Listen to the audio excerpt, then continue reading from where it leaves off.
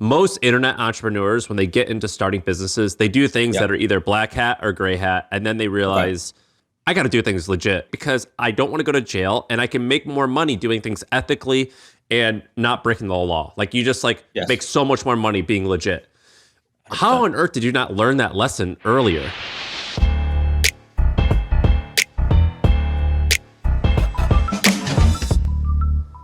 All right.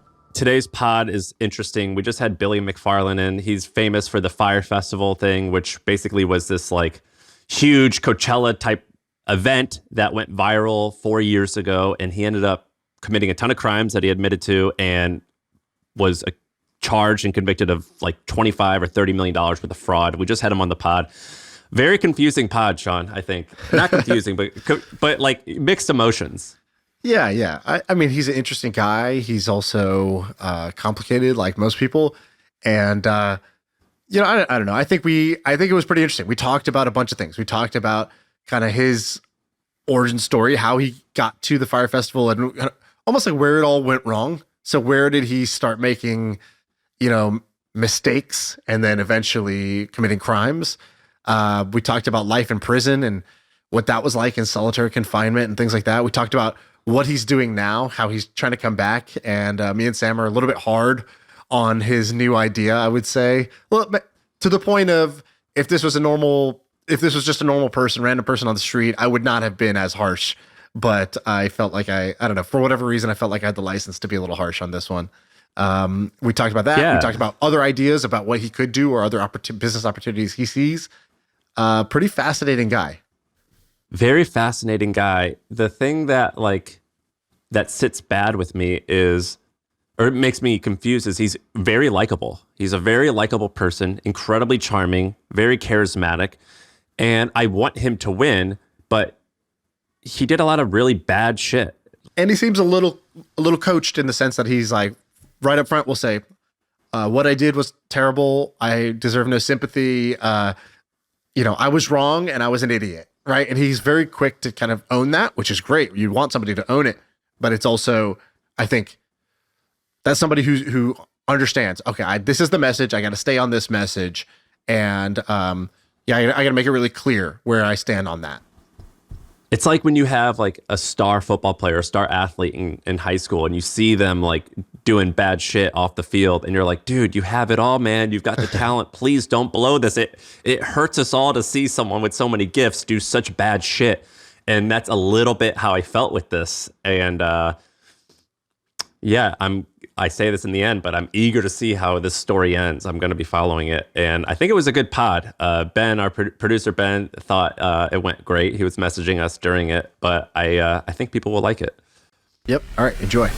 All right, let's just get right into this. So it sounds like you have like staff, like you just asked someone to get you a coffee. So are you back? I mean, you're in the mix again. You're working. Yeah. Broke as hell, but taking advantage of, anybody I can get to help me try to rebuild and start making things right. And you have like a crazy restitution thing. So we should explain kind of so this is Billy. Billy created Fyre Festival, most notably. You may have seen, I don't know, the documentaries or whatever. You just got out of prison, but one of the things that's associated with it is you have like more than 20 million or something that you have to pay back in restitution to some combination of investors, creditors, people like that. How does that work? Do you have to give them like every dollar, or is it a certain percentage? Like, how does that work? Because that's a deep, deep hole. Yeah, and it's brutal. I'm like, I just can't think about that big number because then, I'll sort of lose track about like what's happening today and tomorrow. So how it works is that I have to pay a percentage of all of my personal income, directly back to restitution. Like after taxes? They calculate it on just like gross income. So totally pre-tax income. So if I make like $1,000 this week, I have a set percentage I have to pay on that $1,000. But what is it? In addition to that, what's the percent? Is it like crazy or is it like 5%? It's more than 5. I'm not sure like where it's going to end up. It varies based on income. So I know what I have to pay right now, but I think it gets readjusted every couple of months. And then in addition to that, PYRT's giving 10% of all of its revenue back to restitution as well. So if PYRT gets $100K sponsorship deal, like it'll pay $10K right away. And then whatever I get as my like salary or income, I'll pay an additional percentage on top of that. So And just trying to pay more than I have to. why are you doing this right now? Why are you, I mean, like, you're in a different situation. I firmly believe that I listened to your the pods that you've done. I've watched the documentary. I've read a little bit. Like, you made a massive mistake. So I think that you deserved to be punished. And so I don't feel sorry for that. I don't feel sorry for you for having to do that. I think 5 years or 4 years, however much you served, that's a lot. So my current stance is like everyone deserves a second chance, and if you do the crime and you have to do the time, like you there should be a point where it's like, all right, you screwed up, you can try again. I feel that. But when I see you doing this podcast push right now, I'm like, is he taking advantage of us? Like, why is this guy doing this right now? Why is he, what's he trying to sell? Or is this therapeutic, or are you just trying to make a living? What's your motivation between this recent push? Yeah. So like, first of all, totally deserved what I got. And sorry, I think there's like days where I felt like I got too much time. And there's days where I felt like I didn't get enough, just like based on everything else happening in the world. So deserved what was coming, and like definitely not looking for sympathy. I think there's two things here. One is that by doing these podcasts, I'm getting great like inbound deal flow. So if 3 or 4 companies are listening to this and they're like, oh, wait, he actually does know how to market, he can get us attention, and they'll come and hire me. Like, that's amazing. That's my entire purpose of like doing this small media run right now. I think just like looking at your Twitter comments a little bit this morning before I came on the show, a lot of people and other hosts have gotten the same feedback, is like, why the hell would you give a con artist like any time of day? Loved your response, but I think the response to all those people is like, what did I say? Which you said like, maybe an interesting conversation that will get us money. So like, I like the honesty. I like the transparency.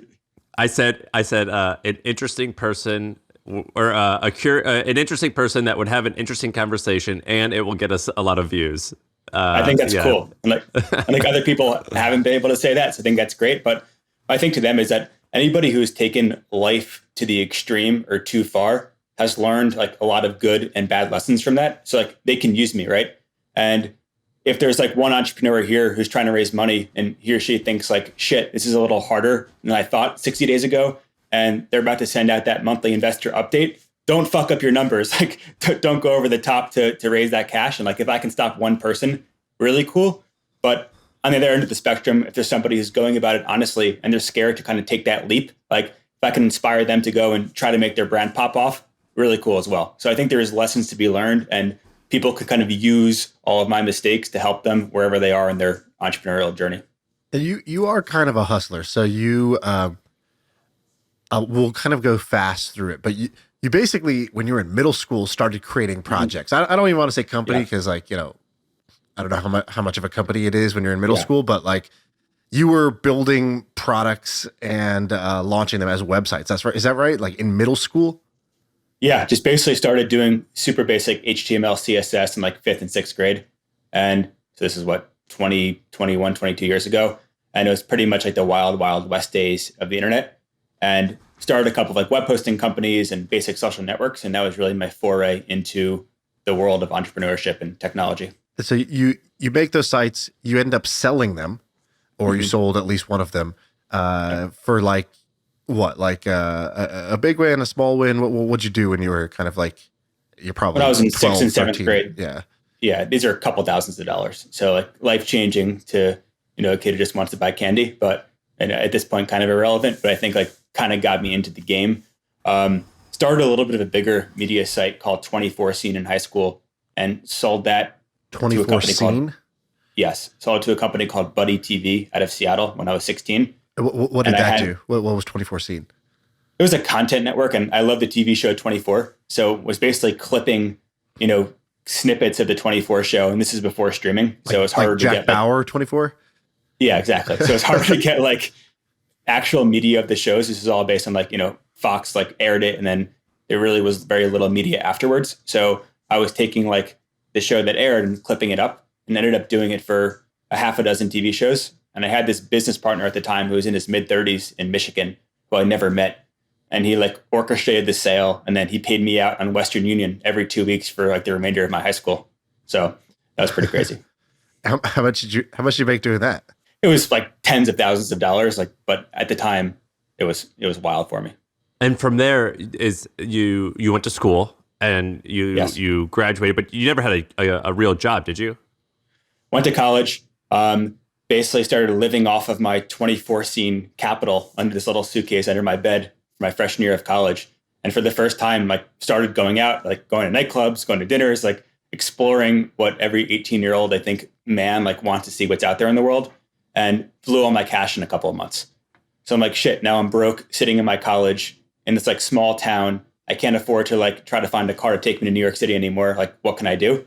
So got back to what I knew, which was basic programming, and started a social networking website called Spling during my freshman year of college. And that introduced me to this entire world of like venture capital and angel investing, and essentially dropped out of school halfway-ish through my freshman year to work on Spling. And then I started this whole like run of venture capital backed startups. My wife, through friends of friends, somehow had some run-ins with you at Penn, and she like good run-ins, or someone you must have dated someone or were friends of someone, and she they would tell me stories about they're like, yeah, we knew him, and he would always rent like these fat cars and drive us all and pay for everything to go to New York City from Philly, and like we just thought like he just had some business and no one knew what it was. No, it wasn't anything inappropriate, but it was just like we all knew it's this guy who must have had some money through some internet companies, and he treated all of us on a regular basis. Yeah, so went to Philly for a company called Dream It Ventures, which is kind of like this accelerator incubator program. And I was dating a girl at the time who was, I think it's a sophomore now at Penn, so I should have been a sophomore in school. So all my like peers and friends were in college, and like so I'd be like at Dream It trying to raise money by day, and then like at the terrible like college parties by night, and then obviously trying to take them to New York. So what triggered this switch from like I'm a kid programmer who likes to make hobbyist websites, like, scenes from my favorite TV show 24, to like I'm trying to be the man? Because it seems like at some point all your business ventures switched to like things that were super cool, right? You did the black card credit card thing. You did Fyre, obviously, which was like, the next Coachella. So at some point you switched from like kind of hobbyist websites to how do I be the cool guy, the big man on campus type of thing. What triggered that switch for you? Yeah, I think that's a good question. And it was almost like I was living these alternative lives and not really fitting in with either one. I was a college kid, but trying to raise money from venture capitalists when, at my little school, the majority of the students haven't heard of the word like venture capital in their life. And then so I'd go hang out with these venture capitalists who are titans of industry or, successful angel investors, and kind of go back to the college realm. So I was always kind of interested in merging the two worlds. So when I'm hanging out with the VCs, the college kids all want access to this, and they would hire me to help like market or consult. So I was always kind of hustling and trying to make side income to fund a lifestyle, and trying to kind of keep up with this new world that my basic programming had been giving me access to. And then at what point, so it was like your first kind of, it wasn't a real win, like you didn't exit, but you raised, I think, $4 or $6 million. Was that is it called Magnises? Yes. So turned 19, graduated from the Dream It Ventures, moved Spling to the second ever WeWork Labs down on Barrack Street in New York. And I was there at WeWork, now around, these like 30-ish, hustling entrepreneurs, all trying to make it. I'm a kid, and went out to dinner with just like a group of these friends I was starting to meet in New York who are a little bit older, a little bit more established. And one of them pulls out this black American Express Centurion card and kind of slams it on the table to show off. And I'm like, fuck, I have $40 in my Chase account. Like, how can I do this? So I went back to my WeWork office, went online to Alibaba before Alibaba was really like a mainstream thing, particularly like in New York and the US, bought these black metal cards and bought a credit card copier. They kind of came in the mail, took my Chase blue debit card, copied it onto this black card, went to the pizza place across the street from the WeWork. Guy was treating me like I was royalty, went back into the office and just sold these cards to all the entrepreneurs in the WeWork office. And then Magnises was born. And how big did that business get before it went south? So Magnises did total like 11, 12-ish million in revenue over 3 years. And my biggest mistake was getting distracted by Fyre and the Fyre Festival. And I understand this is forwarding like years in advance. But in the run up to Fyre Festival for the 4 or 5 months, I just started trying to get money from anywhere and everywhere and basically milked the Magnises customer base as much as I could. And then when Fyre crashed, Magnises went down with it. So just not seeing it through was such a fuck up. But Magnises was just literally like, it's not a bank account. It was just literally the physical card as well as some perks. Like you would get like discounts to certain concerts, I guess is where Fyre kind of got inspiration from. Yes. Discounts to certain clubs, I guess, or like a discount to like a private jet service. So you just must have negotiated the deals or probably even white labeled like some other company that had found cool deals. And you, for $300, you got this sick card, like literally physically just a card with your same bank account. You had access to like a townhouse. I forget what you called it, a townhouse. And you got to go to some parties and you got some perks. Is that basically the model? Exactly. Then what was really interesting though, was the members were bringing all the perks and benefits. So initially I sold these cards. And so now let's say we sold a couple hundred cards. I'm like, wow, our member base is super interesting. Whether they're entrepreneurs, they're people in all these different industries that my friends don't really have access to. Like, let's get a space where they can all come and connect. So I went and rented a series of lofts and townhouse that I couldn't afford, where basically members can come and hang out anytime. And then as Magnises grew, we just built an app where members would come to us saying, hey, I work at this brand, whether it's like this plane company, this fitness studio, this fashion brand, let's do something special for the rest of the members. And they would basically pay us to advertise and give access to cool shit to the members. And the members would pay us an annual fee to get access to these perks. So it's kind of interesting where we're making money from both sides and then relying on the actual member base to create the offering. Was it profitable? So I was just so bad with financial management that we raised, a few $1,000,000 for Magnises, but we never had more than 2 months of runway in the entire history of the company. So I'd raise a round and like 80% of that round was already spent in terms of like bills owed to employees, contractors, agencies, whatever. So it's like always a kiss of death. Like, okay, raise $1,000,000, but fuck, I owe 800,000 and now we have 2 months of runway left. I think my biggest inability was to communicate like that problem to investors. I just kept saying like, things are great, you'll raise $1,000,000 and we're off to the races. I couldn't just like really explain how much we needed and why we needed it. And that caused us to have to basically become profitable super early on. So just started monetizing the user base way more than I should have, which I think diminished the value of the brand. And for like the last year and a half, 2 years of Magnises, like we weren't profitable, but we were paying all of our bills just based on revenue. And just like tried to monetize too quickly and too fast to keep up with my like crazy expenses. But even Magnises had issues. Yeah. Like there's like stories of like, the members saying, we thought we were buying tickets to blank, but turns out like we didn't actually have them, or maybe like Hamilton tickets. I think there was a story around that. Like you even had issues then. What were those issues? So when Fyre Festival came and I just started going down this terrible rabbit hole, I needed money from everywhere and anywhere. And that included overselling and trying to overpromise things to Magnises members to get that capital. And it just like took everything down. And like, I was wrong. And I was like lying everywhere, thinking I could make these miracles happen. And sometimes we did, but more often than not, we crashed and burned at the end. So it just like totally just like lost track of all the good that was happening. And I know you feel bad and you probably feel, some shame and all these negative things. Do you ever just laugh at like, wow, what the hell? Like, what did I do? Where did this go? How great? How far did this thing go? It's like, there's a reason there's documentaries about it. It's literally like a movie. Is there any part of you that just sort of looks at this and says, I can't believe how far I let this thing go and how far it went? Totally. And like, I was like looking at and trying to think through the SBF scenario, for the past couple of weeks. And I think at the end of the day, like he's obviously in a completely different stratosphere, but it's really in his position. It's really hard to say no to someone with $10 billion, right? I don't care like how smart or how wealthy you are. So much of our decision-making process is based on social proof. And when you meet someone with that kind of capital, it immediately checks off all these like subconscious boxes that create this phenomenon of social proof. And I think that like to a much larger scale, that's what happened to him.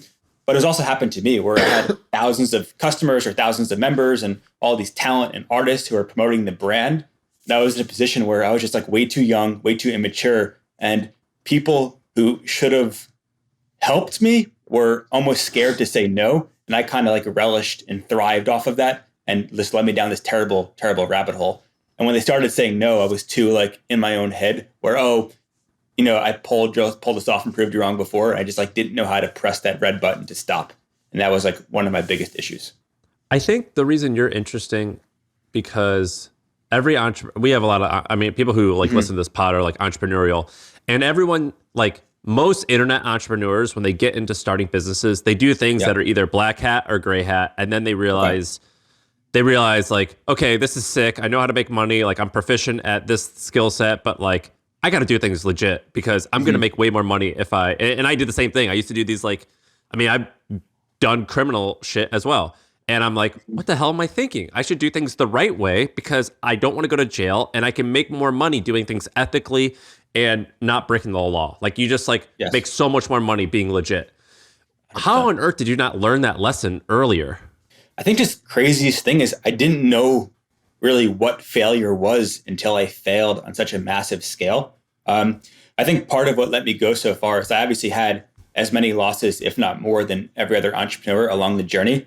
But I was really good, or I guess really bad at blocking out that noise. And I was so focused on like this end goal of nothing else matters. Like, let me put my blinders on and just like keep running forward. And I just kept getting jaded to failures until the failure became so big that I'm locked in solitary confinement. And what was the end goal? Like for me, it's like I want to make a certain amount of money so I can have a certain house so I don't have to worry anymore, so I can spend my monthly however much I want. And then there's all of us have some ego thing of like I want to prove to people that I'm legit. Yeah. What was your? But I like had a certain money goal in mind. I imagine Shaan's the same way. He's like, well, I want this lifestyle. I want this. What's your motivating factor in all this? Like, did you say I want to have $100 million in net worth by a certain age, or I want girls to have sex with me, which is like we all obviously do. Like, what's like the motivating factor? I want to fit in. I think I had two big like insecurities and drives. One is those initial investors who backed me when I was 18. I wanted to prove to them that they were right. And Fyre was 7 years later from that, 7, 8 years later after that. So one, I wanted to prove they were right. And I was too insecure to show any kinks in my armor to them. And two is I wanted to be the guy that just like took you to wild, crazy experiences. And I'm like, wow, like this whole programming thing is taking me into this world of entertainment. I'm hanging out with like rappers and models and comedians, and my friends don't believe me. Like I want to be that guy who can take you from your shitty college or from your like shitty desk job to this private island where the who's who of the world is letting down their guards and having a blast. So it was partly like proving myself to investors, and two, partly proving myself to friends that like I'm the guy that made this life experience happen that you just can't get anywhere else. And we should explain the origin. So you go from Magnises. I don't know what's in between, but at some point you create this app called the Fyre app. And the Fyre app was meant to like let you book an artist, right? So you could be like, oh, I want Timbaland to perform at a party. I can send a booking request and he can accept or reject, and there's no middlemen or less middlemen in the middle. And so, sort of create a marketplace for, people to book these artists. That was the core idea. And Fyre Festival was a marketing stunt to promote the app, right? But at some point, the two kind of almost flipped in importance, and Fyre Festival became the overarching thing.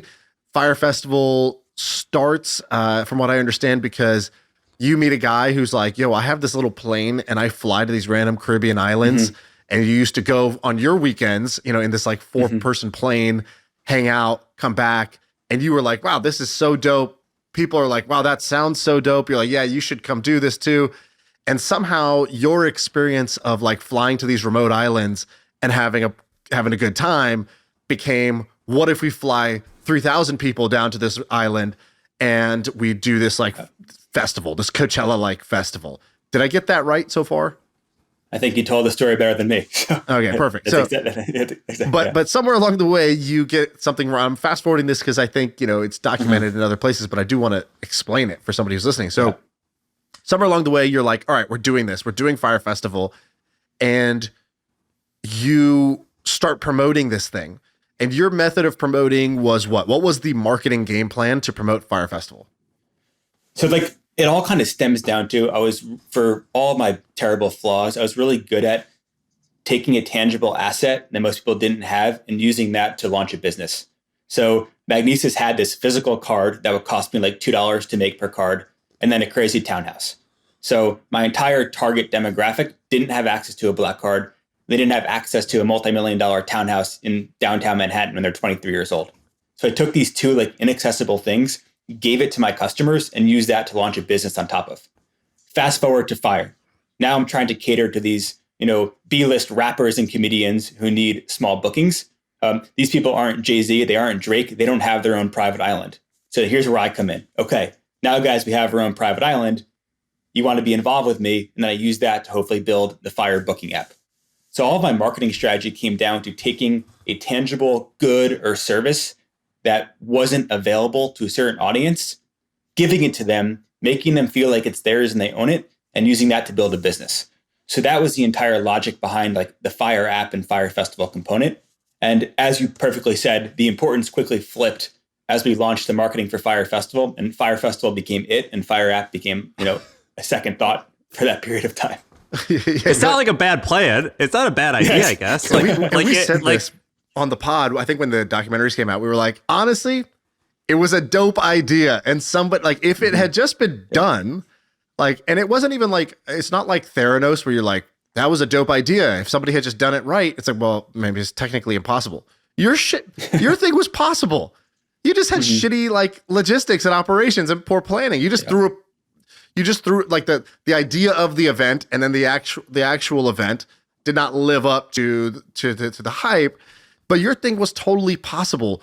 What went wrong there? Why were you not able to pull off what you had sold? The dream that you had sold, where you had Bella Hadid and you had fucking, I don't know, Kendall Jenner and all these people promoting that, hey, we're going to this thing. It's going to be, whatever, the party of the century. You sold the tickets, so you got that part right. It's just you didn't deliver the party. You know what the craziest thing is? I think lying and unable to show weaknesses made the festival fail. And I truly believe that my backers at the time were well connected and smart enough where I came to them and said, hey, look, guys, we did this great marketing campaign, but I have no idea what the fuck I'm doing. They would have found like the best festival people in the world to come and actually execute this. But I was so scared to show that I couldn't handle it that I kept saying everything is great and everything is perfect. And that pushed away the people that would have helped me. So like literally lying, I think, doomed the festival from day one post-announcement. Who were the big backers? Was it VCs or family offices or what? A handful of venture funds, and then, 25 individuals, everywhere from like larger family offices down to just smaller angels. Who is the biggest fund or most well-known fund? I just don't want to throw anybody under the bus. So yeah. Oh, okay. Yeah, I wasn't sure if it was public.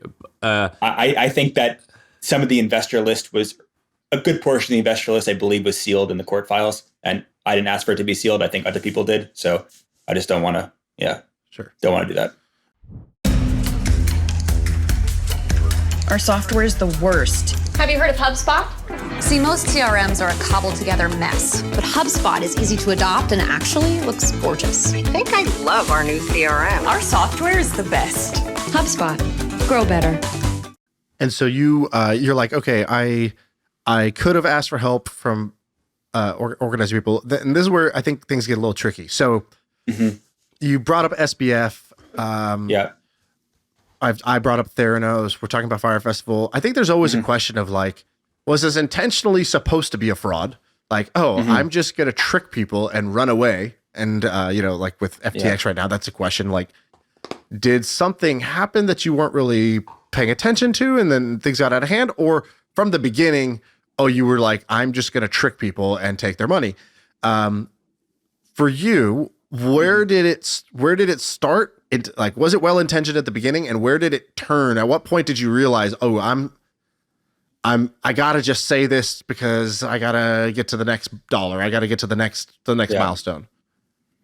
So truly tried to execute the event, and literally up until people were arriving to the festival, I thought it was going to work. And obviously that's so stupid looking back. Yeah. How can you say that? You knew you had like fucking, tents and like grilled cheese sandwiches for people who ordered villas. Like what, how could you still believe that right up till the event? Are you sober this entire time, by the way?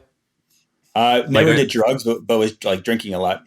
But no drugs. Drinking way too much. never. Like I've smoked weed maybe 6 times in my life, but I think it's like a common, people are saying I was on coke or whatever. Never tried coke in my life. So I think I'd have a hard time. Okay. So yeah, back to, so you're in a sober-ish mindset and you actually think it's going to work the day of or the day before. And I'm like, here's my thought process. The island is so beautiful.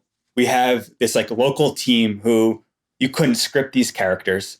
They have the boats, they have the jet skis. They're going to take people out. Like we know how to do these experiences. We have some crazy pilots. Like it's just going to be like a wild weekend that you've never had before. And we have 30 artists who are paid. So you're going to have like A-list talent, one of the most beautiful places, in my opinion, like in the Atlantic Ocean, and amazing group of these like movie scripted local characters who have toys for you to play on. So I thought that like, okay, they'll go back and they'll have a shitty. We don't have food and shelter and bathrooms, but we got nature. And we have Ja Rule. Yeah. Who needs food when you have tubing? But actually, like, I think the craziest thing is if we marketed it like that, it would have been amazing. It would have been better. Like, hey guys, I can't figure out the logistics. I can't afford to build like 500 houses, but I somehow came up with the $5 million for the artists. We have these great people. We have this great island. Like, bring a sleeping bag and figure this shit out.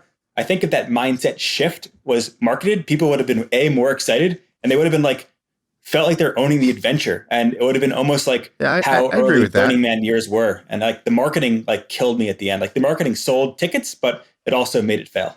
What would the ideal outcome had been? Let's say that like it just so happened to work. How much revenue and profit would it have made? And like, what would the ideal situation had been? So I have no idea. And like my entire... Are you fucking kidding me? How do you not know this? So like we had a budget for $10 million for the festival. I didn't have $10 million. But I'm like, okay, I can reasonably raise $10 million just off of this brand that we're building right now for the festival. Ended up spending way more than that. And it got to the point where I would go to sleep with no money in the bank, wake up and know that like that day I had to raise a certain dollar amount just to survive. And some days it was 50 grand, some days it was $4 million. So I'd wake up at 9 a.m. and know that I have until 2 p.m. to get X dollars in the bank to then rewire it out before the day ended. So my life was fucking hell, and I just couldn't like zoom out. So I was stuck. Okay, today's $2 million. I can call this guy. I can call this guy. And like at the end of the day, things keep getting bigger. The brand is going to be so big. If this festival works, everybody's going to get paid. And I just didn't like know how to really run the numbers at that point. So how much did you end up spending? We raised 26 or 27. But we were making money from other sources. Like we were selling tickets on top of that. We were getting sponsors. Magnises was making money. I was doing consulting jobs. So it's like literally like every day was just a different angle for money. So you spent maybe like 30 million plus. I would say in this 6-month period, it was probably closer to 40. So you spent 40 million. What? And the tickets, so you sold 7,000 tickets, is that right? I think it was probably just under 6,000. It was just like around 3,000 people per weekend. Some were given away for free and some were sold. So we sold a little under 6,000. Let's call it 5,000. What was that revenue? 5,000 times what's the average ticket? What were you selling these for? So the average, the median ticket price was like 12 to 1,500. However, we sold like a handful of outlier tickets for like a couple $100,000 plus per ticket. So then it was in 5,000 times 2,000. You're at what's that? 10 million. You're at 10 million in sales. And then did you have another couple million from sponsors or anything like that? Yeah, and like the issue is that some of the ticket money was held in escrow. Some of it was for like these yachts and boats. So it wasn't like pure $10 million of free cash flow. It was like everything was held up or not held up in certain ways. I think like my Stripe account got frozen with like 700 grand in it the day the festival got canceled. So it's like, money was held in a bunch of different sources and areas. So the event itself didn't make any sense, right? It was like, we're going to make 10 million, we're going to spend 40, but the brand made no sense. Brand, baby. Made no sense. The brand is going to carry the way. But you could have gotten so much more profit just by running a $10 million or $40 million of Facebook ads. You know what I mean? Like this is just like a better or a slightly different version of Cameo or something like that. Like these marketplaces are tried and true. An event would have been cool if it were like a break even or a slight loss, but that. Yeah. But put it this way, like as wrong as things are, and like I can't do this tomorrow, but if I did Fyre Festival again in 3 years, I think almost all of the first group, as well as the rest of like pop culture would buy tickets just to be there to see how bad it is, right? Like the brand value is there. It's just like, how can I do it appropriately? Are you tempted? Pick the right time to go see. I mean, I have to do it again. I just can't do it while I'm on probation. I can't do it this year or next year, but it has to be done again. And I think no matter what success or failures I find along the way in tech, like until I execute Fyre 1.5. Have you seen his new company, PYRT? Go to the website. So I haven't gone to the website. Let's do it. Dude, trust me, go to it. It's PYRT.com. Billy, like, this is the same shit that you're doing a little bit. Like, it's all like you said you could program. Like when I see what you're doing, and you did the Met Gala thing where you got in trouble for scamming people out of that. I'm like, just do a fucking course, dude. Just create a course and make $2 million. Like me and Shaan make 7 figures a year from this stupid stuff. It's not stupid. It provides value, but I mean, it's like insignificant compared to an event. Or like you said, you like the program and you like content sites. Like just do something like boring and straight. Why are you doing this PYRT thing? It's like the same shit. There's so many things that's going to go that could potentially go wrong. It's just the stakes are so much higher than just creating some boring ass software. I hear you. I think PYRT is actually. Is that what you tell people all the time? No. Billy, we have 3,000 people coming tomorrow. I hear you. No, you might very well be right. And I think the thing that we're getting back to with PYRT is like, I'm not trying to host 1,000 people on an island. That's not going to work. I want to get back to those trips on the small planes with 12 people or 24 people that did work well for a couple of years. And if I have to be like a tour guide for a few years of my life and like eat shit, like I'm going to go do that. But I can give a couple of dozen people this amazing adventurous experience. And then while I'm doing that, I'd like to find interesting ways to broadcast those experiences to all of their followers and then give their followers a way to get involved. So I'm not trying to figure out the logistics to host thousands of people. I know I can host 24 people. And if I can take 5 years to build like really interesting, like virtual reality-esque tech that allows anybody to like watch and actually influence what's happening, I think that's like a really cool win and way to kind of get back to what I'm good at. This is a horrible idea. Yeah, dude. It's a horrible idea. I actually don't think it's a horrible idea. If it like, I think you potentially are. You rank so high in capability and so high in ignorance. Like, and that's like a perfect combination, I think, of starting a business, which is like this like confidence of like, I think I could pull this off and I'm capable of some things. That's actually a beautiful combination. But you also have this third part of the pie chart where it's just like reputation and like past and owing money. I just don't understand why you're doing this. It just, you are brilliant at a lot of things. It just seems like just a boring ass agency that makes 20 million a year and 10 million in profit. Yeah. If you just did like an event, like a stunt marketing agency or something like that. We have that. We're announcing it today, actually. It's called the PYRT Collective. And that's how we're trying to fund, I guess, our tech is. So let's walk through this. Okay. So I'm on the PYRT website and it says, there's a picture of a private island. So we're already getting flashbacks of Fyre. And then it says, join the crew. A pirate is somebody who turns the impossible into adventure. It says, give me your phone number. And then it says, join the treasure hunt virtual reality. So what you're saying, from what I just gathered of what you just described, is that you're going to take, 6 to 15 people at a time on those like little planes to the islands like you used to do, where it's not such a heavy logistical lift. Those people are going to have a great time. They'll pay $5,000 or $10,000 or something. I'm just guessing here. They'll pay a lot of money to have this really cool, adventurous experience. And then you're going to use, video plus maybe virtual reality to broadcast that experience to other people who can't afford to go and or maybe their friends and their social media. And they get to maybe buy a virtual ticket to kind of attend the party that way. And you're going to do that a bunch of times. Did I describe it right, or did I'm just guessing based on what you said? Absolutely. So the last thing that you're missing is that the people who are essentially we're going to partner with this little hotel. They'll handle all the hospitality and logistics. We'll host artists there on a regular basis. We'll rig the hotel with these 360 cameras, live stream everything that's happening, then give the people who are watching the live stream the ability to buy in and affect what's happening on the island.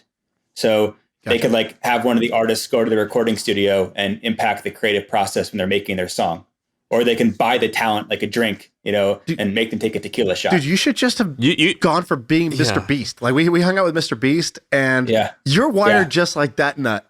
And I feel like if you just channeled your energy towards how do I do the craziest thing that's going to make the craziest video that 20 million people are going to watch, and then continually one up yourself, I feel like that would work. That's my suggestion to you. You don't even have to answer and you that absolutely have the charisma and you have the storytelling ability. And the creativity, I'm like, just make you and like a small team doing the crazy shit and do ad dollars. But it sounds like you want to share your screen. You could share your screen. I heard you clicking around.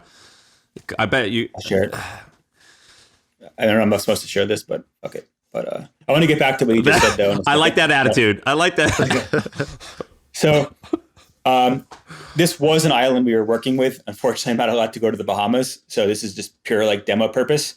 But the idea is to take like a 1-to-1 virtual representation of a property, track where all the talent is in real time, track where all the toys are in real time, and then people can click into various live streams. And once they're watching a live stream, hopefully watching their favorite talent, they could actually choose these actions to affect what's really happening there. So it could be as crazy as me swimming in the reef and the users deciding to chum the water, and given the sharks in the area, I think a lot of people want to see that happen, or as simple as buying somebody a drink. And what would the financials of this be like? I mean, I'm sure you've now thought about that more. You're like, what would the P&L? What doesn't the P&L like that you're thinking? No, surely he has. It's like one day it could do this. What's that one day? So 1 million people paying 20 cents to ask a talent to do something or to contribute an action towards like the real world. So if everybody pays 20 cents to chum the water and 1 million people are chumming the water, then that's kind of where the financials come in. Sorry, I can't do that math. Just tell me, like, in 5 years, are you in your head? You're like, I think we could do like $100 million in 8 years. Like, what's the? Do not get me arrested, Sam. I don't want to promise any revenue. But no, sorry, don't promise. I'm just saying, like, when you're laying in bed, you're like, I think this could become like $100 million company by doing this. I think the way I think about this, and my logic could be wrong, is that once again, we're not going to be using the Bahamas, but for example, the Bahamas gets around 4-ish million tourists a year, and if we're doing these really interesting broadcasts, we can have more than 4 million people in a single day, like virtually come to the island. So if we can just like totally destroy their tourism numbers on a virtual scale, I think it's a big revenue opportunity. So where did you come up with this idea? Were you in prison, or was it once you got out that you were like, all right, I'm going to start my brainstorm?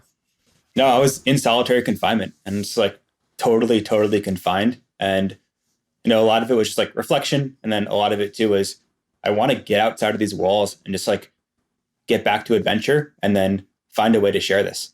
So we should say, by the way, that's kind of where you got into solitary because you attempted to do a podcast from inside prison. Yeah. Terrible idea. First, did you know that was not allowed? Was that? I didn't even realize that would be such a faux pas. Like that would be such a big rule break. Of course, that would be a faux pas. I think the biggest thing is podcasts are great. Dude, they read your mail and shit. You can't like, and like each inmate, you have like different rules for you, right? Well, like if a journalist calls sentencing. you and you do an interview, is that allowed? That's allowed. I was wrong. The toughest part though was like it was a gray area. I think if it was like a clear violation of the rules, my punishment would have been like less strict. I used the payphone, like they're available payphones. But at the same time, like you can't cause attention to the jail, right? And that's what I did. So I understand like why it was like so incredibly stupid. But I think if I had a clear violation of the rules, I would have gone to solitary for like 45 days and not 7 months. So you basically had a podcast host call you on the payphone, and then you did your side of the podcast from the payphone in like 10-minute or 15-minute increments, right? Because that's what you were allowed? Exactly.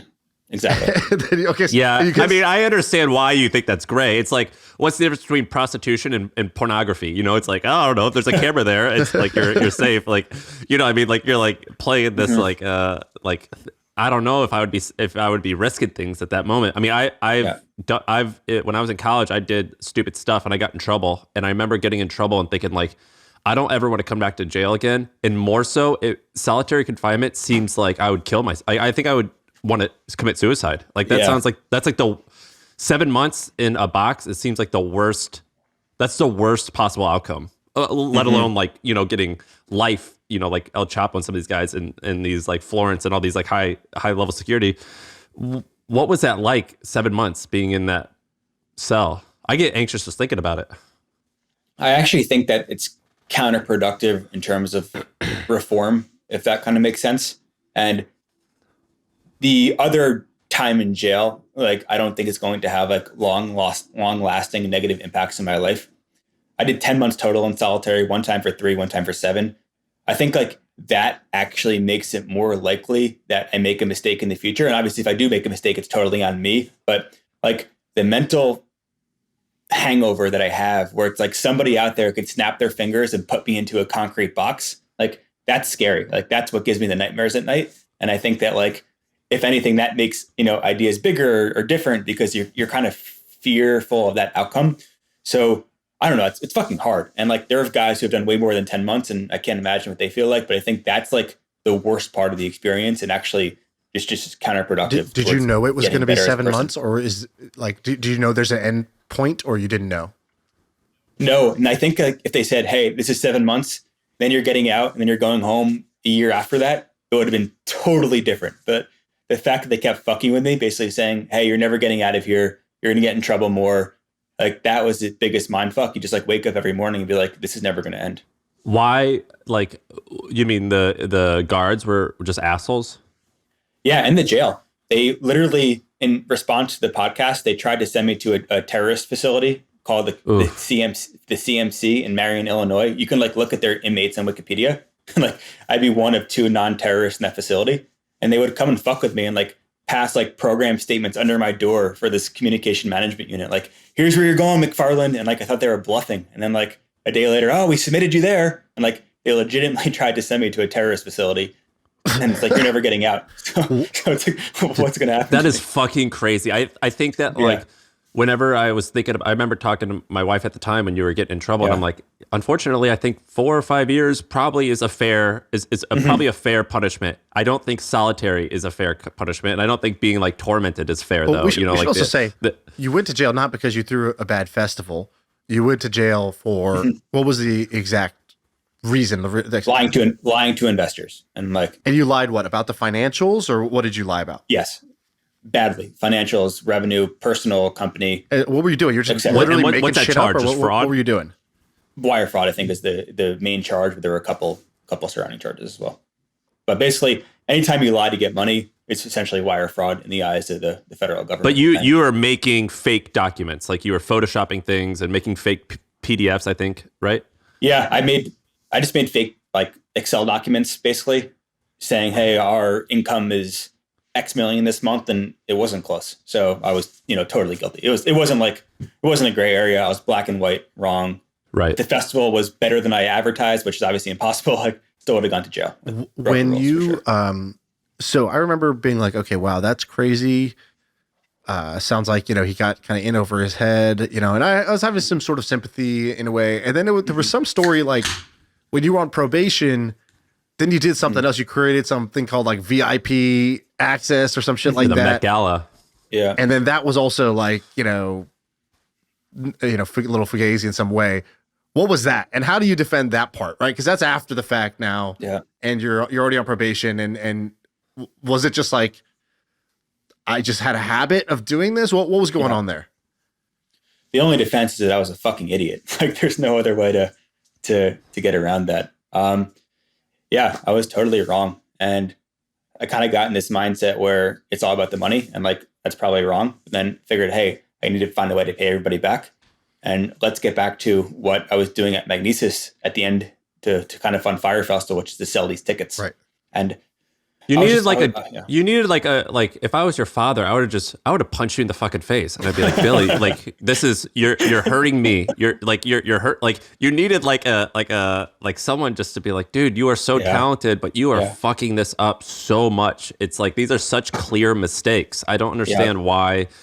I don't understand. Like, did you not have a friend that was like, it sounds like you were trying to do a quick fix. If I can get the money back, if I can pay people back, then I'm not going to get in trouble about the other thing. Is that accurate? Is what you were thinking?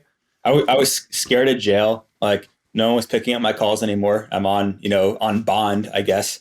And like, I just couldn't zoom out and understand the bigger picture where if I sat down shut the fuck up. Yeah, sure, I'll be broke for a couple of years, but I'll go to jail for 2 or 3 years and I'll get out in my late 20s and, have a chance to pay people back the right way. And I just like couldn't understand that. But yeah, I think that like going forward, a big thought process for me, and it's been 3 months, is, how do I position myself, whether it's a company or something else, like to get that help I need? And do I operate within a bigger company? Do I find like partners that, are senior to me in experience and age who I can like trust and defer to? So it's just all part of my journey right now. And I think that like this time around, I think I prefer those boundaries more, and it's just trying to find it. And it's been, super early in the process. Are you going to raise funding for this next company? I think a lot of people, I don't know, but if I had a bet, I would say you probably actually could raise. I bet you there's people that would give you money. Is that so? I texted like 8 venture funds a few weeks ago, and with literally like a broken grammar, like 2-line sentence. Like 2 told me to fuck off. Like 1 didn't respond. 1 asked for more questions, and 4 just like responded in like within minutes saying we're in. The issue is as I've kind of gone through the process, I'm actually not allowed, due to an SEC deal. I'm not allowed to raise securities, so I can't go and raise money. I think the ironic part is that like it would have been easier this time to raise venture money, and like no decks, like none of that shit. Like I said, I have no decks. Here's all I have, and people want to back it. I just can't raise the funds. So, and I think that would shock people is that you just had a 50% hit rate on a text message. And a bad text. How do you explain that to somebody who's listening? They're like, there's some people who are frustrated that that's the case. I can't believe people would fund him. How would you explain it? Because it's people are making this decision. They're smart people. They're capable people. They have other options. Yeah. How would you explain why somebody would be willing to do that? So I started trying to raise money for the first time almost over 12 years ago now. And, as with everybody, the first X people told me to fuck off and kind of laughed at me.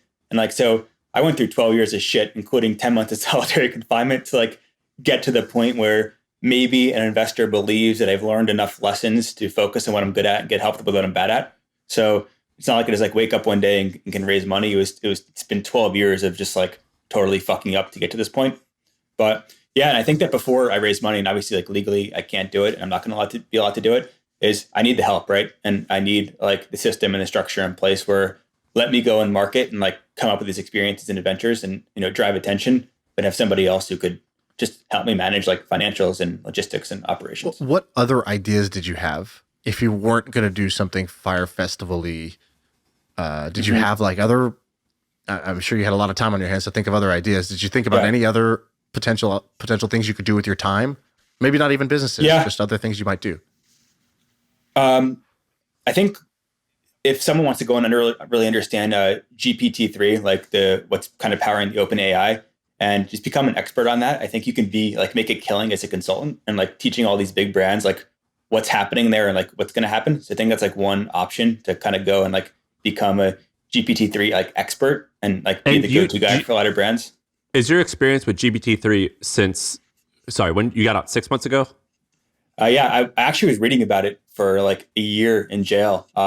Didn't even like know OpenAI was the name of the company or anything like that, but it's like had random books sent in. So I was like, oh, this is super interesting. And like have dozens of pages of notes on it. Maybe I'll post them, but like, and then kind of come out and see what happened recently, which is pretty cool. So I agree. I think that could be a great company, and I bet you'd kill it because you're pretty good at selling. By the way, I think if I was close with you, I'd be like, Billy, do that. What else has excited you? What other ideas?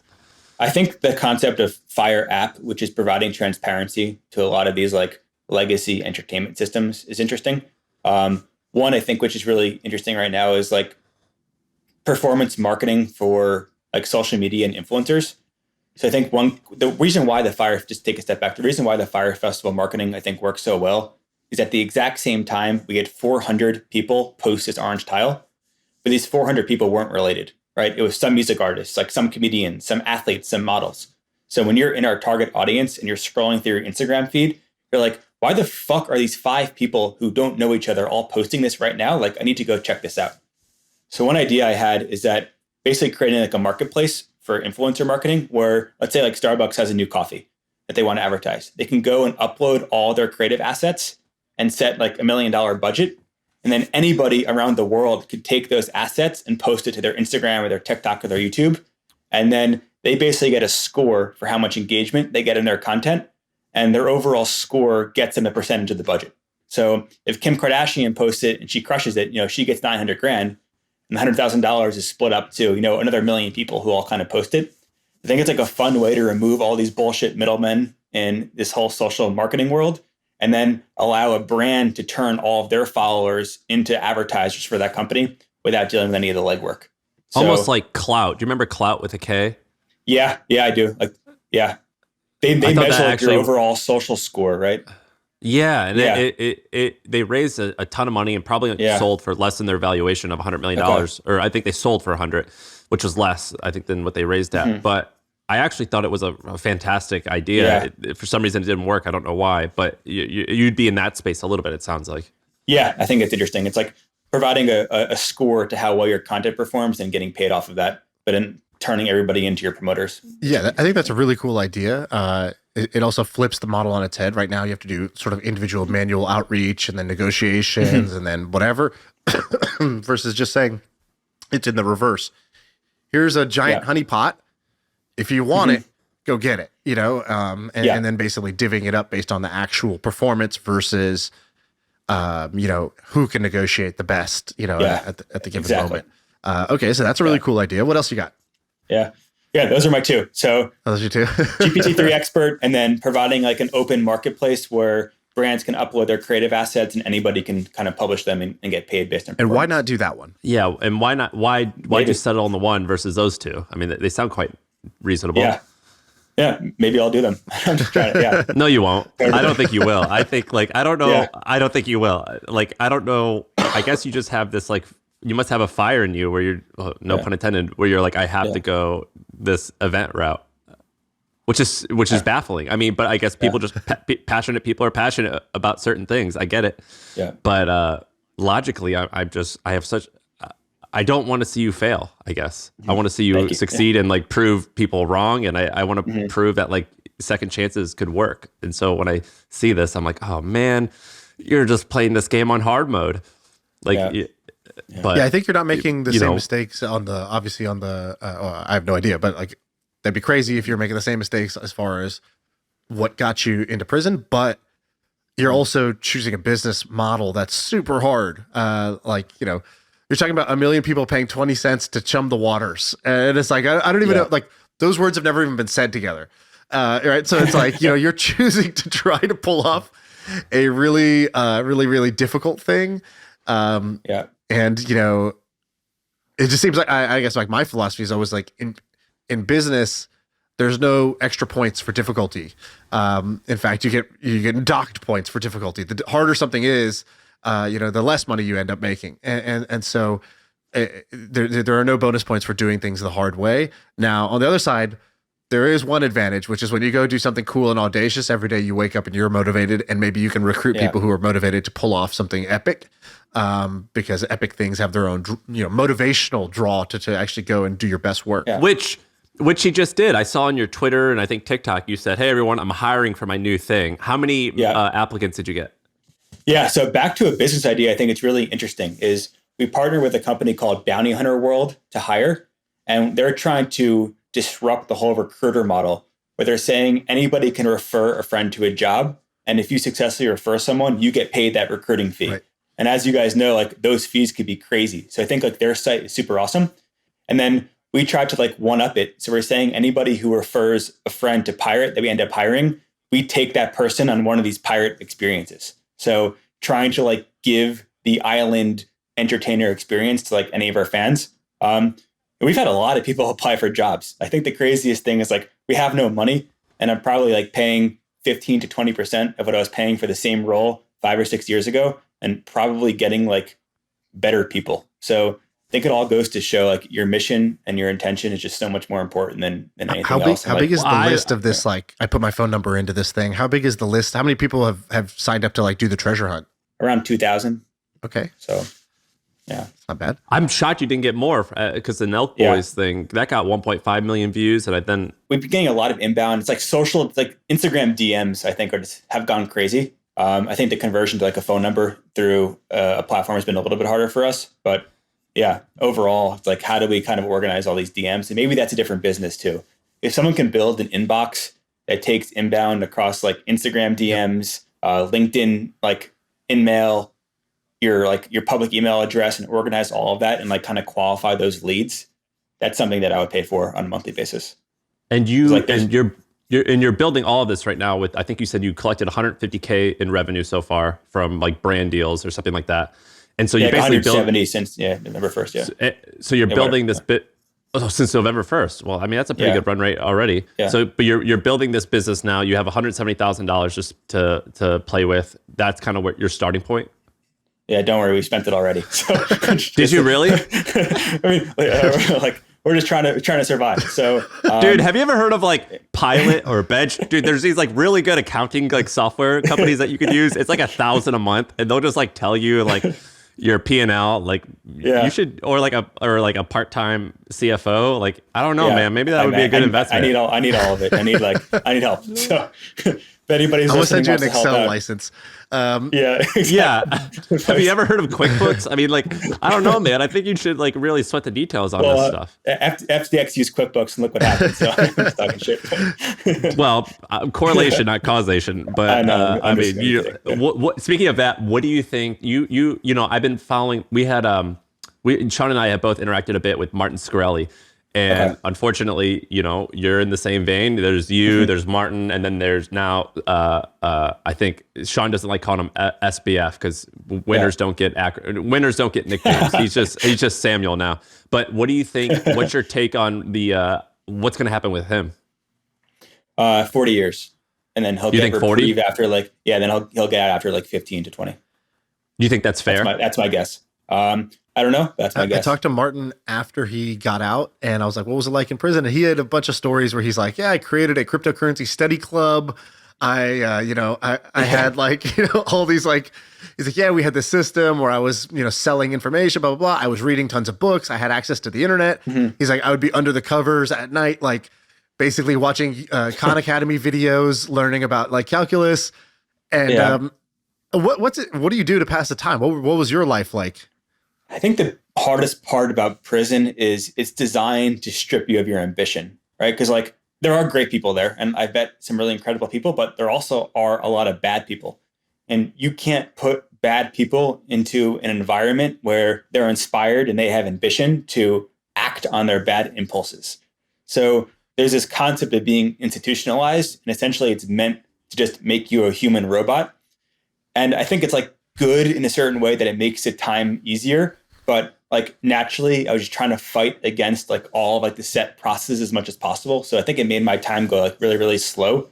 But I was trying to fight to like find ways to stay creative. What's an in example? Environment meant to make you a robot. Like they feed you at the same time every day. Like they turn the lights off at the same time. You can only use your phones for a certain period of time. Like just everything is like structured like this. Like you have to wear a uniform to go to lunch. And it's like, you're trying to find ways where like, trying to find my creative periods and just not make every day the same. So I can just like keep different ideas flowing and coming to me. What were some things you did successfully to kind of like amuse yourself? What were your maybe little tactics, the little wins you had as to keep that creative, spark alive? Yeah. Training a lot of boxing. So I had like a cellmate who was a former Puerto Rican like professional boxer, and he would like wrap his hands with towels and like, train me in boxing, which is super fun. We didn't have that. Guys would take like toilet paper rolls and wrap them in tube socks and use that like for mitts. So yeah, it's like finding like creative ways to go and like exercise and free your mind and like do little things you're not supposed to. It doesn't hurt anybody. Like you couldn't practice martial arts, but you go in the back and have the guy hold your mitts for you for a half hour. You can kind of get away with it. It's like a good way to escape. You look like you're in better shape. Yeah, I was fat as hell. So hard not to be. What are some stereotypes that we would have about your experience that either proved to be true or like that maybe weren't true about the whole experience? The whole like racial segregation, totally true. Thing.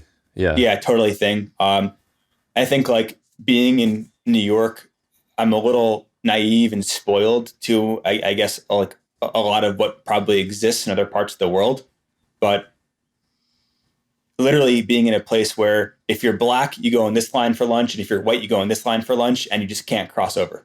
It's like wild. It just like feels like it's 60 years behind the times, and obviously something that like haven't experienced in New York and like probably spoiled to that sense, but really kind of getting over the racial issues were, I think, kind of a weird, hard part for me.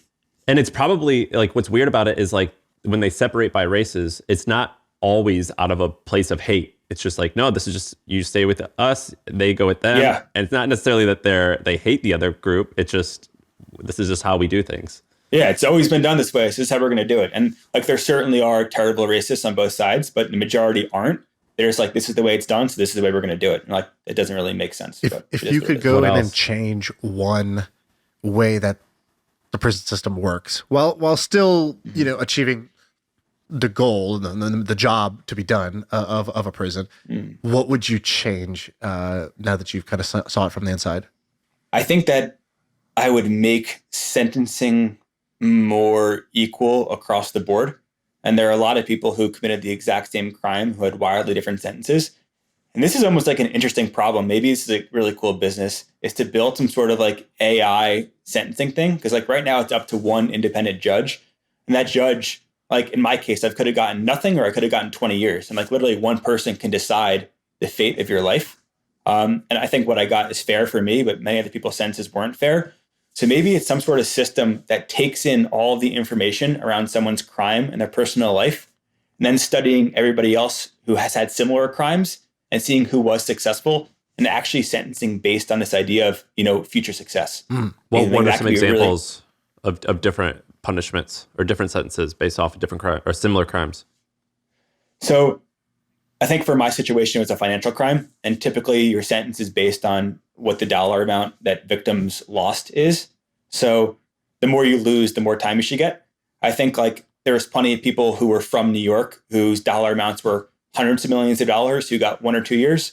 Then I go out to a jail in Detroit where there's people who have lost $500,000 who got 30 years.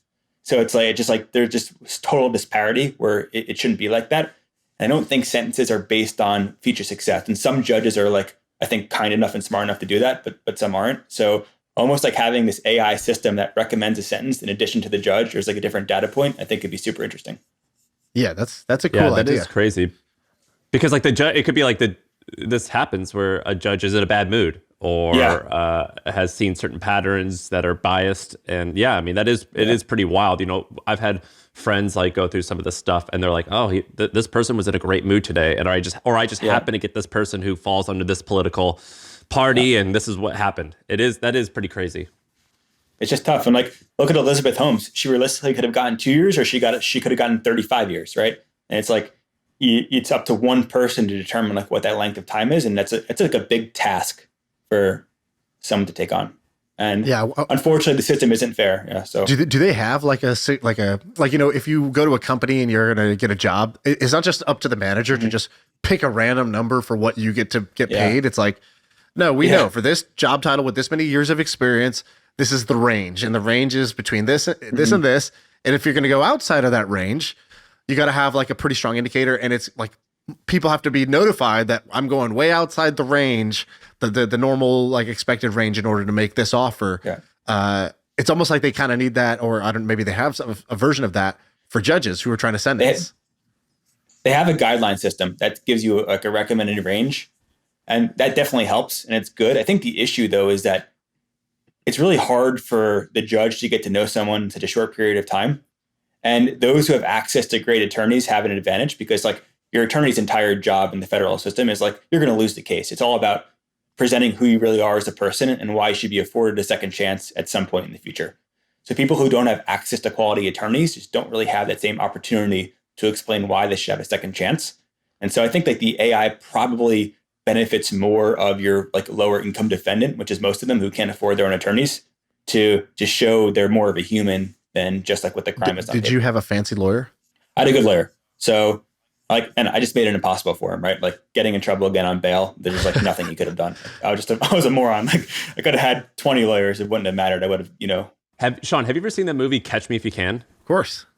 Great movie. And so I read about that guy a lot, Frank Abagnale Jr. And turns out most of what, like he made this book about his crimes, and turns out it's likely like mostly lies. I think like they prove, like he's been proven time and time again that he didn't actually do what he said he did in terms of crimes, but he like glamorized it, and then he turned it into like a pretty successful consulting business.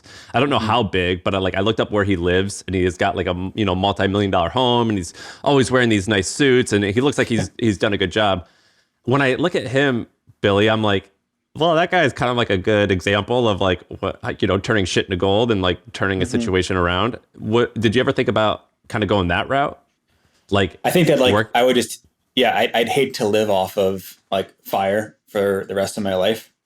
I think there's like a short window opportunity where the attention from it will allow my next business just to start with a springboard. But I'd much rather be known for and fail or succeed at a new business than being someone who just talks about Fyre Festival for the next 30 years. Like, that's boring as fuck to me. But I understand why some people would want to do that. I agree. It is boring. But when you are in debt of $25 million, it's like, well, unfortunately I have to sacrifice my excitement in order to make this work. On the other hand, he has got nothing to lose, really. What does he have to lose? He's got like, all right, well, starting back from scratch, reputation was pretty tainted, and in a pretty deep restitutional hole where you got to pay back like $25-30 million or something like that. Why not swing and do what you want with your life versus, I guess it is there in a way. It is a good idea to just go for like whatever's the most sort of exciting and fun and fulfilling thing for you. And how do you find pride, right? Like, I think that talking about it, like a failed business when I was 24 and 25, when I'm 40, I'm not going to wake up with juice to keep going. Like, I think like if I see somebody else doing that, I'm like, oh, what a fucking loser. Like, I don't want to be that person. Right. So I'd rather go and like try to improve, and like whether I fail or succeed, is try something new and different and try to build something. So if it all works, if life goes the way you want it, and you're now 65, 70 years old, what's Billy McFarland? Who is he? What happened if it all works out for you? Yeah, he took his failures, learned from it, used it as a springboard to build something new. And like, whether it's PYRT or something else that I do in 10 years from now, and went for it, but like made good friends and help people along the way. And if I can pay back $25 million, amazing. If I pay back $1 million, but I try it and do it honestly, like that's okay too, I think. And I think that a lot of the investors listening would probably agree with that. If, as long as it's kind of done the right way, I think at this point it's less about the money and more about how I change. Well, we appreciate you coming on. This was like when I was preparing for this, and I was like, man, I don't know how to approach this. I don't want to like glamorize someone who's done something bad, but like this was a really confusing thing to do. But I'm happy we were able to talk. I'm going to be following your story very closely. I'm very eager to see how you pulled this off. And frankly, I want you to pull it. I want redemption to be real, and I want it to work. Everyone deserves a second chance. So I hope it does. Thank you, guys. Super cool to finally be here. So Sam and Shaan, thank you guys. Yeah, thanks for coming on.